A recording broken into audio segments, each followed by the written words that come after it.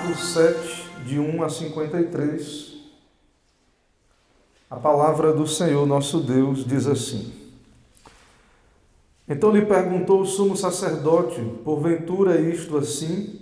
Estevão respondeu: varões, irmãos e pais, ouvi. O Deus da glória apareceu a Abraão, nosso pai, quando estava na Mesopotâmia, antes de habitar em Harã, e lhe disse: sai da tua terra e da tua parentela, e vem para a terra que eu te mostrarei. Então saiu da terra dos caldeus e foi habitar em Harã. E dali, com a morte de seu pai, Deus o trouxe para esta terra, em que vós agora habitais. Nela não lhe deu herança, nem sequer o espaço de um pé, mas prometeu dar-lhe a posse dela, e depois dele a sua descendência, não tendo ele filho. E falou Deus que a sua descendência seria peregrina em terra estrangeira, onde seriam escravizados e maltratados por 400 anos. Eu, disse Deus, julgarei a nação a qual forem escravos, e depois disto sairão daí e me servirão neste lugar. Então lhe deu a aliança da circuncisão, assim nasceu Isaque, e Abraão o circuncidou ao 8º dia. De Isaque procedeu Jacó, e deste os 12 patriarcas. Os patriarcas invejosos de José venderam-no para o Egito, mas Deus estava com ele e livrou de todas as suas aflições, concedendo-lhe também graça e sabedoria perante Faraó, rei do Egito, que o constituiu governador daquela nação e de toda a casa real. Sobreveio, porém, fome em todo o Egito, e em Canaã houve grande tribulação, e nossos pais não achavam mantimentos. Mas, tendo ouvido Jacó que no Egito havia trigo, enviou pela primeira vez os nossos pais.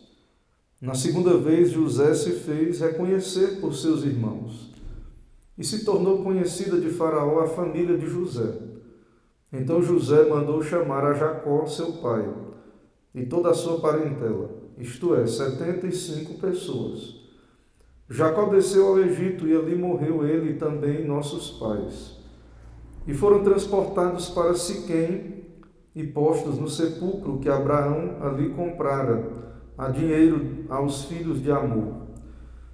Como, porém, se aproximasse o tempo da promessa que Deus jurou a Abraão, o povo cresceu e se multiplicou no Egito, até que se levantou ali outro rei que não conhecia a José.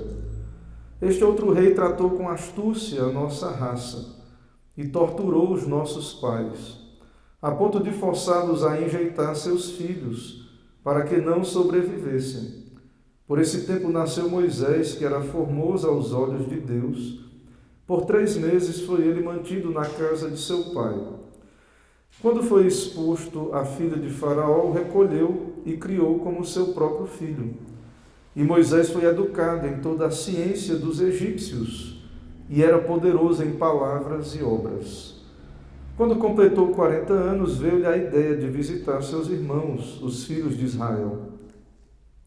Vendo o homem tratado injustamente, tomou-lhe a defesa e vingou o oprimido, matando o egípcio.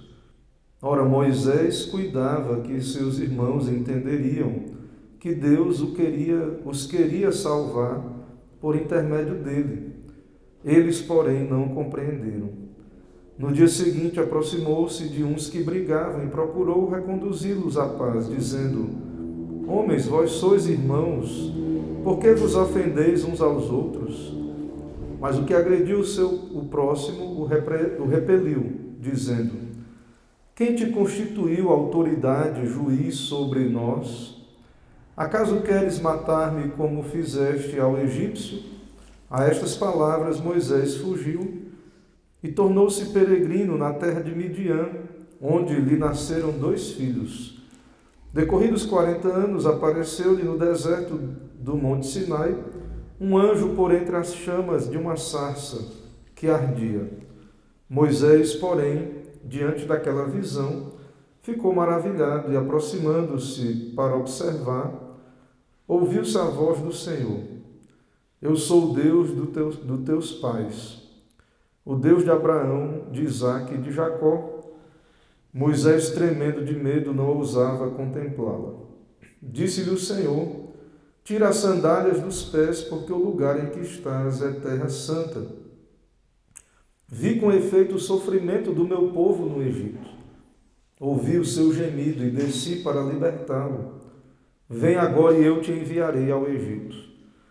A este Moisés, a quem negaram reconhecer, dizendo: quem te constituiu autoridade e juiz? A este enviou Deus como chefe e libertador, com a assistência do anjo que lhe apareceu na sarça. Este os tirou fazendo prodígios e sinais na terra do Egito, assim como no Mar Vermelho e no deserto, durante 40 anos. Foi Moisés quem disse aos filhos de Israel: Deus vos suscitará dentre vossos irmãos um profeta, semelhante a mim. É este Moisés quem esteve na congregação no deserto, com o anjo que lhe falava no Monte Sinai e com os nossos pais, o qual recebeu palavras vivas para nolas transmitir, a quem nossos pais não quiseram obedecer. Antes o repeliram, e no seu coração voltaram para o Egito, dizendo a Arão: faze-nos deuses que vão adiante de nós, porque quanto a este Moisés que nos tirou da terra do Egito, não sabemos o que lhe aconteceu. Naqueles dias fizeram um bezerro e ofereceram um sacrifício ao ídolo, alegrando-se com as obras das suas mãos.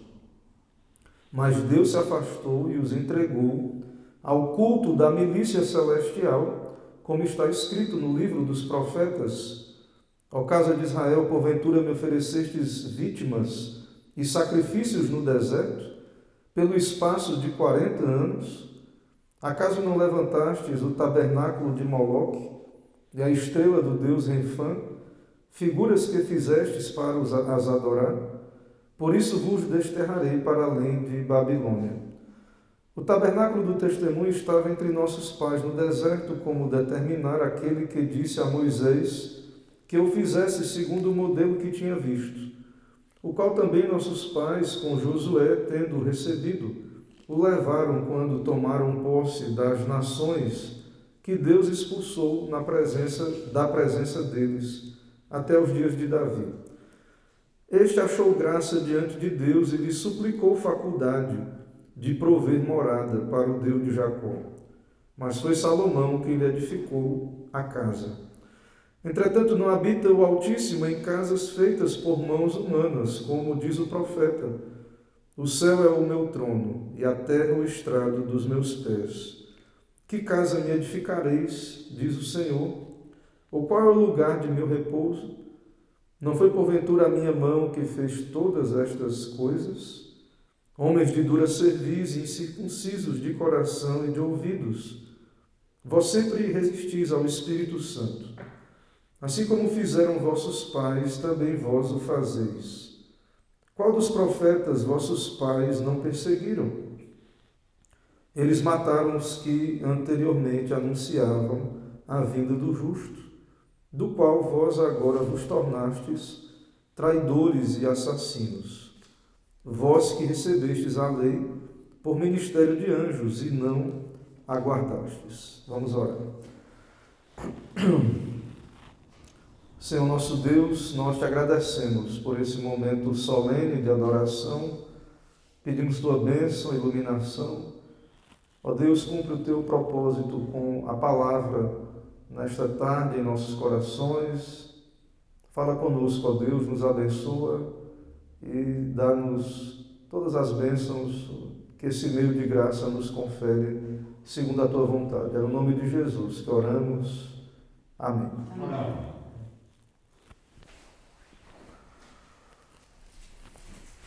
Meus irmãos, os oficiais do Antigo Testamento, e quando me refiro a oficiais, falo de profeta, sacerdote e rei. Esses oficiais, a própria terra prometida e dentro dela o templo, são grandes instituições do Senhor no Antigo Testamento. 3 grandes instituições, digamos assim: os oficiais, a terra prometida e também o templo de Jerusalém. E os judeus sabiam muito bem disto. E estas instituições são divinas ali no Antigo Testamento. Deus deu como dons para Israel. É um grande privilégio de Israel, ser o povo de Deus, ser a igreja do Antigo Testamento, mas também uma grande responsabilidade. Porém, por conta do pecado e da dureza de coração, os judeus se apegaram de maneira idólatra a essas instituições que são boas, a princípio, sim, Deus as deu a Israel, mas que possuem um significado simbólico e tipológico e que tinham o propósito de encontrar o seu pleno cumprimento na vinda do Messias. Então, por exemplo, o apóstolo Paulo, falando do seu próprio povo, ele diz que tinha uma grande tristeza constante em seu coração, uma grande dor, por conta dos seus compatriotas. E aí ele diz como o pecado de Israel era agravado quando ele dá aquela lista de privilégios judaicos. São israelitas, pertence-lhes a adoção, a glória, as alianças, a legislação culta e as promessas. Deles são os patriarcas, e também deles descende o Cristo, segundo a carne, o qual é sobre todos Deus bendito, para todo sempre. Então, grandes privilégios, grandes bênçãos, Deus deu estes dons aos judeus, é uma grande vantagem, então, em ser judeu ali naquele período do Antigo Testamento. Então, a questão é que eles não entendiam ou não entenderam o pleno cumprimento dos tipos, das sombras do Antigo Testamento, e eles eram zelosos, porém misturaram a revelação de Deus com suas tradições e acabavam por alterar a interpretação bíblica, o significado da Bíblia, e não conseguiram ver o cumprimento das profecias diante dos seus próprios olhos.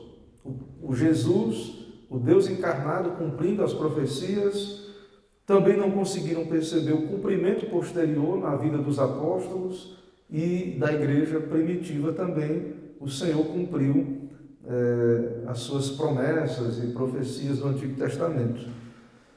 Então Paulo tem essa tristeza com relação ao seu povo, ele dá testemunho de que eles têm zelo por Deus, mas não com entendimento. No nosso texto nós temos Estevão, como já consideramos, um diácono, um evangelista, um primeiro mártir da fé cristã. Ele dá o seu testemunho aqui diante de um tribunal. Nós temos então Estevão na sua defesa, e Estevão ele faz uma retrospectiva do Antigo Testamento. E claro, vem uma pergunta para nós, né? Estevão está contando história diante do Sinédrio, todos são judeus, todos sabem do que Estevão está falando, e fica a questão, né? Por que repetir a história para quem já conhece? Né? Por que pregar? Né? Por que todo domingo nos reunir aqui para ouvir a pregação? Se as pessoas têm a Bíblia, elas sabem da história de Abraão, de Isaac e Jacó, sabem da história do Evangelho, né? Por que o Senhor envia pregadores então? E é muito claro, irmãos, que a questão da interpretação bíblica e da aplicação e desse entendimento que é o Espírito Santo que dá, e no caso de Estevão, a defesa da fé. Ele está defendendo a interpretação correta da história da redenção diante de desvios dos judeus, do judaísmo da sua época. Então, nós precisamos de Cristo, do Espírito Santo, para compreender toda a palavra de Deus. Nós precisamos de toda a Escritura, e embora o Antigo Testamento é palavra de Deus, sim, no período do Antigo Testamento estava completo o cânon. Mas à luz do Novo Testamento, da vinda do Messias e de revelações que estavam sendo dadas por meio dos apóstolos, havia a necessidade dos judeus entenderem que o cânon continuou sendo escrito no Novo Testamento. Então, embora o Antigo Testamento é palavra de Deus, ele não é toda a palavra de Deus no contexto da nova aliança. Então, era necessário que eles compreendessem o Antigo Testamento à luz do Novo, porque nós precisamos das duas partes, do Antigo e do Novo Testamento. E também entender o significado da história da redenção conforme o seu autor original, que é o próprio Deus. Então, de antemão, olhando para o nosso capítulo, nós precisamos perceber que é muito importante, porque entender a história, e por isso ela é repetida, é muito importante entender e aplicar corretamente a história bíblica. Se os judeus tivessem compreendido esse relato de Estevão, eles não teriam matado o Messias, crucificado o Messias. Se eles tivessem compreendido, eles não teriam apedrejado Estevão, como mais na frente acontecerá. Irmãos, diante disso, irei tratar nessa tarde desse texto, seguindo o seguinte tema: o testemunho fiel do primeiro mártir. O testemunho fiel do primeiro mártir. Eu não irei expor os versículos numa sequência conforme estão aí. Eu vou separar 3 grandes temas da pregação de Estevão, que são as 3 grandes instituições que Estevão vai tratar. Então nós vamos ver aqui nesta tarde a verdade sobre os oficiais da antiga aliança. Também veremos a verdade, em segundo lugar, a verdade sobre a Terra Santa. E, em terceiro lugar, a verdade sobre o templo judaico. Dentro da pregação de Estevão, nós veremos esses 3 pontos aqui e farei comentários sobre esses 3 pontos. Então, a pregação de Estevão é uma pregação diante de um tribunal, não é uma pregação feita num dia do Senhor. Ele está sendo ali julgado, será condenado. E a pergunta é: Estevão, é verdade, Estevão, do que você está sendo acusado? É verdade, Estevão, que você profere blasfêmias contra Moisés e contra Deus? É verdade que esse Jesus, o Nazareno, a quem você prega, vai mudar os costumes que Moisés nos deu?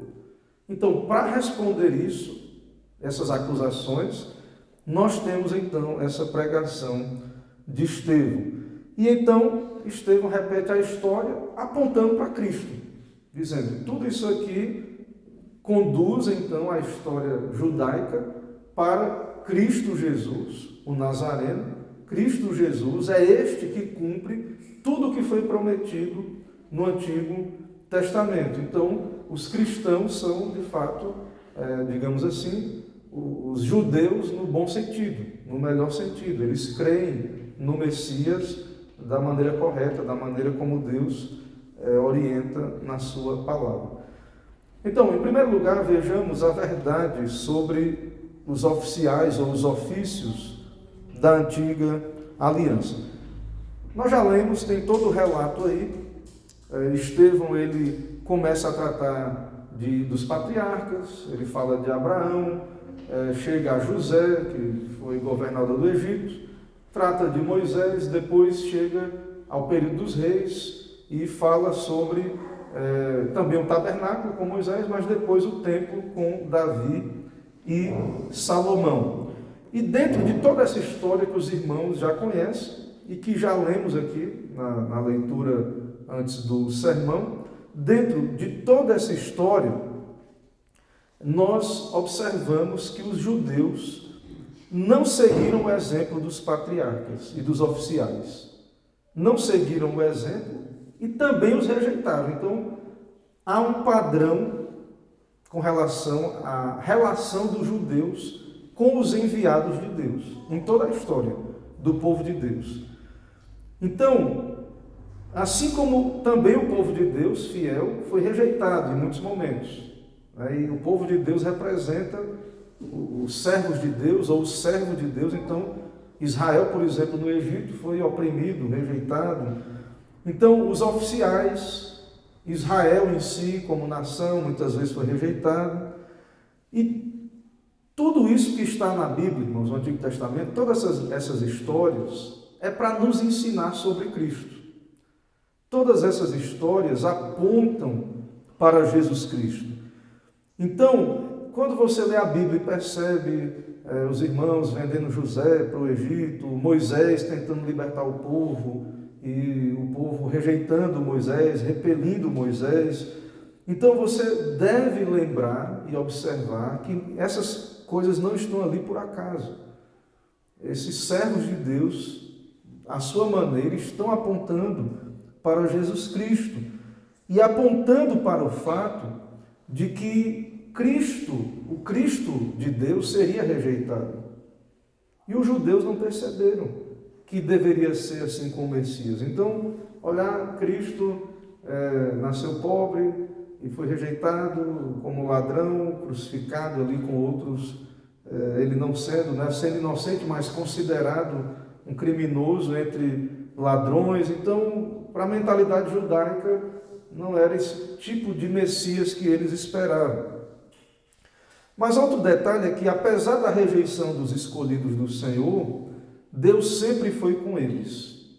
Deus sempre esteve com os seus escolhidos e os protegeu e os abençoou e lhes deu a vitória final, que é o caso também de Cristo. Então, você vai ver esse padrão de José sendo rejeitado, depois ele ascende a ser governador do Egito. Moisés é rejeitado. E esse Moisés que foi rejeitado se tornou redentor e libertador do povo de Israel. Então, esses padrões que estão ali na história bíblica, eles são preparatórios para que os judeus recebessem o verdadeiro Messias, ou crescem em Jesus Cristo. E outras questões, por exemplo, como eu disse, Israel sendo oprimido no Egito, mas sendo fortalecido, se multiplicando. Então, tudo isso, o povo de Deus, os escolhidos de Deus, são esses que vencem por meio de aparentes derrotas ou rejeições. E assim é a igreja. Nós estamos no mundo, aos olhos do mundo, somos fracos, somos pequenos, somos desprezíveis, eles nos rejeitam, eles nos criticam e tal, mas finalmente Deus vai usar o seu povo rejeitado, aqueles que ele escolheu enviar a pregar o Evangelho, para o bem das nações ao nosso redor. Então, Israel, o verdadeiro Israel, Israel no bom sentido, o povo de Deus, deveria ter percebido isso, irmãos. E eles conheciam o relato. E é o que Estevão está argumentando com Israel.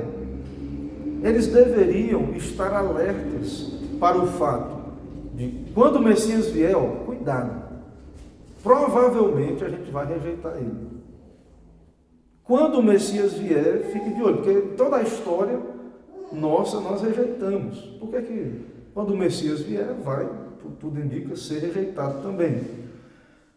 Porém, Deus vai vindicar, justificar esse Messias, dar vitória a esse Messias, que é o que aconteceu com Jesus Cristo. Veja aí o verso 25. O verso 25. Essa rejeição de Moisés. Ora, Moisés cuidava que seus irmãos entenderiam que Deus os queria salvar por intermédio dele. Eles, porém, não compreenderam. Então Moisés, que é um tipo de Cristo, não foi compreendido, foi rejeitado. Então eles deveriam, quando vier o Messias, a gente vai ter uma chance grande de não aceitá-lo, de não compreendê-lo. Do verso 39 ao verso 40, vem agora a confirmação da parte de Deus. Ora, a quem nossos pais não quiseram obedecer, antes o repeliram, e no seu coração voltaram para o Egito. Ainda aqui falando dessa rejeição, verso 39 em diante. E eles rejeitaram tanto ao ponto de voltar para o Egito, pedir para fazer bezerro, Deus os pune, os entregando a adoração de milícia celestial. Então, Jesus, ele cumpre perfeitamente esse padrão. O judeu que lê a Bíblia, que lê as histórias do Antigo Testamento, e observa isso que Estevão está falando, ele vai perceber que Jesus cumpre perfeitamente. Ele foi completamente rejeitado pelos judeus e ele foi também justificado por Deus. Então, Moisés, ele alerta, e no texto aqui, Estevão fala disso. Moisés alerta: vai vir um profeta semelhante a mim. E como é que era Moisés? Primeiro rejeitado, depois aceitaram, né? Tiveram que aceitar. Deus o confirmou como o Salvador ali, o libertador de Israel. Então eles deveriam ouvir alguém igual a Moisés, alguém então que foi rejeitado, mas de fato é o Redentor do povo de Deus. Então, um judeu no bom sentido deveria compreender. Por que eu estou falando judeu no bom sentido? Porque assim, geralmente as pessoas gostam de se identificar na história, né, com aqueles que têm virtudes ou coisa assim, ou faz algo positivo. E há judeus crentes como Abraão, Isaac, Jacó, Moisés, José antes, Moisés e outros citados aqui. Mas também em toda a história há o judeu que sempre rejeitou, que é o que Estevão está dizendo. Então é um judeu, digamos assim, no mau sentido. E os judeus deveriam estar alertas quanto a isso. Então, em primeiro lugar, isso quanto aos ofícios, quanto aos enviados de Deus. Há um padrão em todo o Antigo Testamento, você pode ler e perceber isso. Isso tem um propósito, como já citamos, nos fazer olhar para Cristo. Em segundo lugar, nós vamos ver a verdade sobre a Terra Santa. Então, dentro desse relato todo da história do Antigo Testamento, Estevão, tendo sido acusado, né, de rejeitar o templo ou as tradições mosaicas. Então, como eu disse, uma das instituições de Israel é a Terra Santa. E dentro da história de Estevão, ele está argumentando que a aparição de Deus aos patriarcas e líderes judaicos não aconteceu sempre dentro do contexto da Terra Prometida. Abraão foi chamado, você lê a história aí depois, ele estava em Ur dos Caldeus. Depois Deus falou com Abraão em Harã, até que ele veio para a terra. Moisés, ele tem 3 períodos de vida, 3. Ele está no Egito, onde é treinado, ele vai para Midian e depois ele fica no deserto. E Moisés nem na terra entra. Na terra prometida ele não entra para habitar com o restante de Israel. Então, os pais geralmente foram peregrinos, como Abraão, Isaac, Jacó, José e os demais. A terra não foi conquistada no período patriarcal. Abraão, Isaac e Jacó não eram proprietários de terra.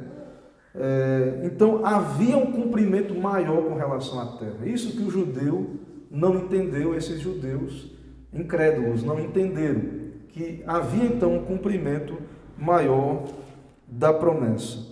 Certo? Com relação a essa questão da terra, né? Deus tem um povo, Deus chama o seu povo a um estado eterno, a habitar novo céu e nova terra, e essa ideia da terra tem a ver com isso. Também Deus tem um povo muito antes de existir a terra, o território. Antes da fundação do mundo, Deus escolheu um povo, e antes do começo da história de Israel, Deus tem um povo. É o caso de Abraão, não era judeu, era um habitante de Ur dos Caldeus, e na verdade desde o começo, depois da queda de Adão, Deus tem um povo. Então, Deus tem um povo antes de um território, e como nação, esse povo transcende Canaã, transcende aquela geografia.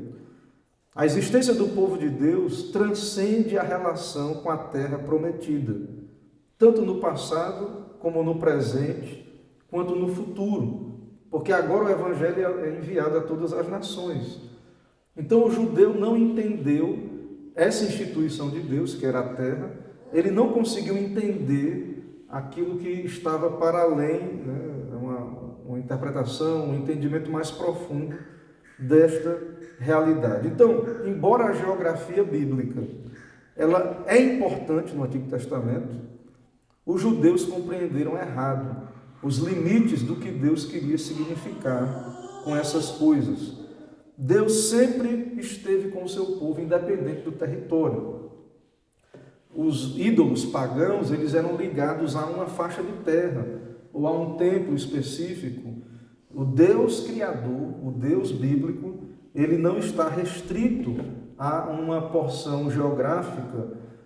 Então nós devemos lembrar disso. Lembre que Israel esteve no Egito 400 anos, no cativeiro. Então o Senhor sempre esteve com o seu povo, independente de posição geográfica. Então essa fé que limita Deus a um lugar, a uma cidade, a uma região, nunca foi a fé bíblica, nunca foi a fé revelada no Antigo Testamento. Ou seja, a revelação de Deus nunca esteve limitada ao território da Palestina. Não é assim, e o judeu não compreendeu estas coisas. E em terceiro lugar, a verdade sobre o templo judaico, a partir do verso 44, respondendo à acusação aí sobre a questão da destruição do templo, que eles não entenderam, sobre o que Estevão estava falando. O Senhor também, além da questão geográfica, ele não está restrito a um templo, como os deuses pagãos, que estão vinculados a uma geografia e presos a locais de culto. Então o Senhor transcende também o templo, que ele mesmo ordenou que fosse construído. Deus deu ordem para a construção do templo. O templo é importante no Antigo Testamento, é onde acontece o culto, mas há aspectos no culto cerimonial, dado por Moisés, e também Davi foi instrumento para elaborar esse culto do Antigo Testamento.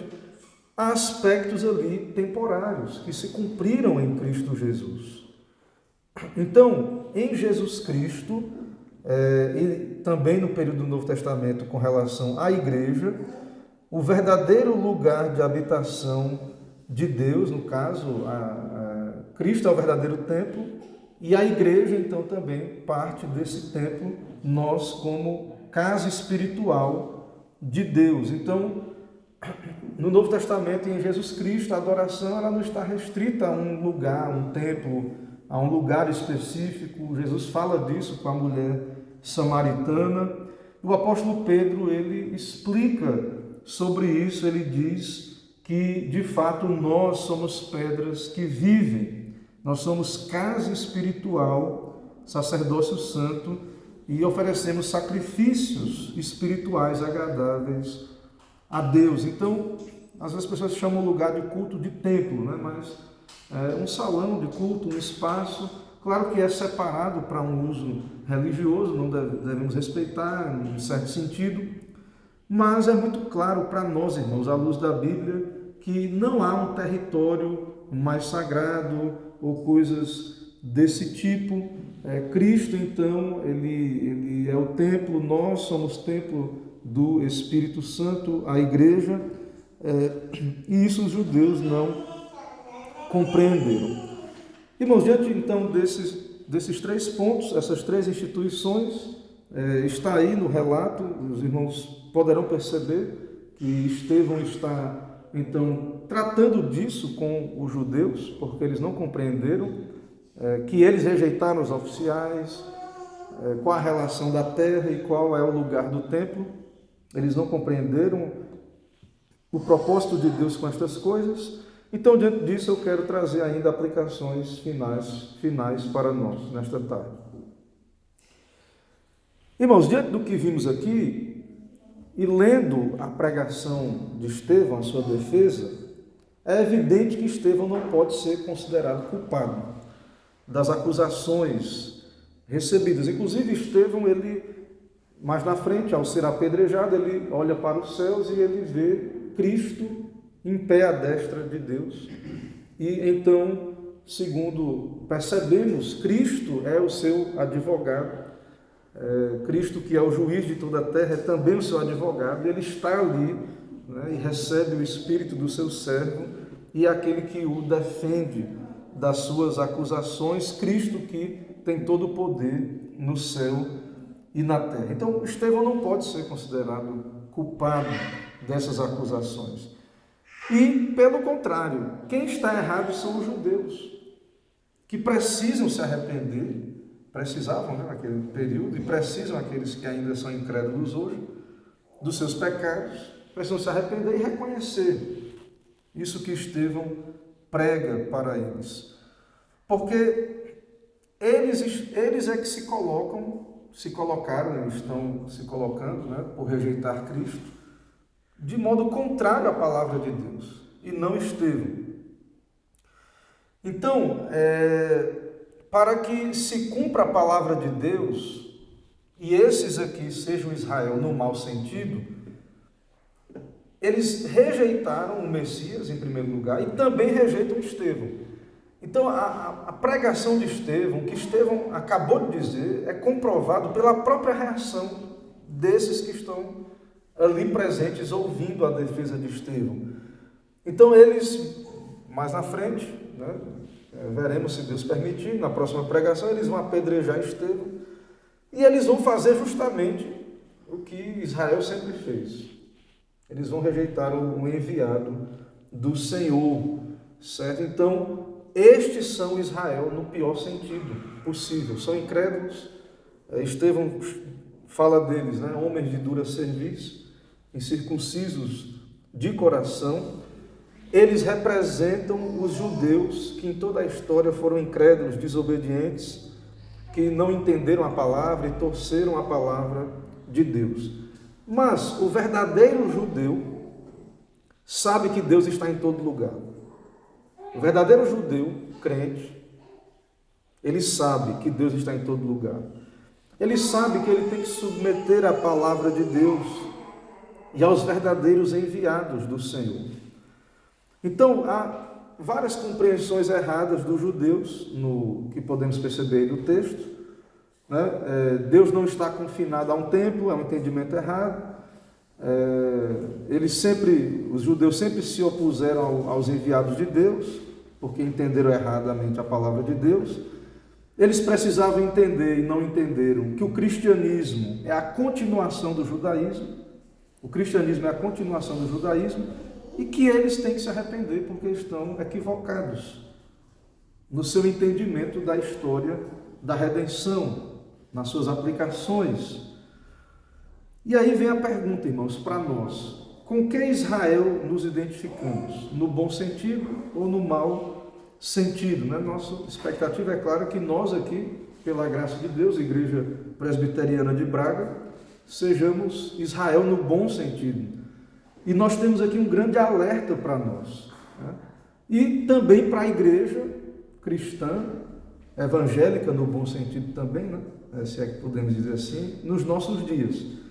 Porque a igreja pode estar cometendo esses mesmos erros. Né? E como a igreja pode cometer esses mesmos erros? Na história aconteceu e pode acontecer também no nosso tempo. Rejeitar a igreja cristã como instituição divina e humana e as autoridades estabelecidas. Sim, Deus tem uma igreja. Tem muita igreja falsa, igreja menos pura, igreja falsa. Existem igrejas falsas. Mas Deus tem uma igreja genuína na terra. E Cristo é a cabeça dessa igreja. E Ele estabeleceu governos nessa igreja. Tem igrejas aí, sim, que se tornaram instituições meramente humanas. E é triste ver isso. E muitas vezes as pessoas percebem e abandonam essas igrejas e infelizmente ficam fora de qualquer igreja, né? E acabam não procurando igrejas fiéis. Mas Cristo, volta a dizer, Ele tem uma igreja e Ele constitui autoridades oficiais sobre a sua igreja. E nós, como povo de Deus, temos que ter cuidado, né, e o alerta, para não rejeitarmos aleatoriamente qualquer tipo de governo eclesiástico. Nós temos que ter cuidado quanto a isso, como se isso fosse algo inerentemente ruim, porque isso é uma característica do Israel no mau sentido. Israel, durante toda a história, é conhecido como um povo rebelde, contradizente, que não submeteu a palavra de Deus aos enviados do Senhor Então nós vemos hoje no meio cristão esse desprezo pelas autoridades, pela pregação da palavra, por aqueles que Deus comissiona e envia e são fiéis e falam da parte de Deus e falam a verdade, muitas vezes são ostracizados, ficam isolados, são rejeitados. Isso é o padrão de Israel. Isso é o padrão que Estevão está dizendo aqui, ó. A antiga aliança toda aconteceu isso. Agora chegou a nova aliança, novamente está acontecendo da mesma maneira. E volta a dizer, na história da igreja, vemos no passado, no presente, se Cristo não voltar, infelizmente, continuaremos a ver que muitos então se colocam numa posição de rejeitar qualquer governo, de rejeitar. Isso é algo preocupante, é uma evidência muito ruim da saúde espiritual destes que assim fazem, porque estão se identificando com esse Israel que rejeitou o Messias. E isso não é bom, né? Não é o que deveríamos querer nos parecer com Israel nesse sentido. Outro problema aí, irmãos, e que a igreja hoje pode incorrer nesse perigo, o povo de Deus, os cristãos, a cristandade, atribuir sacralidade a determinados locais em detrimento de outros. Então, tem gente que caiu um alfinete lá em Israel, já nem dorme de noite, preocupado.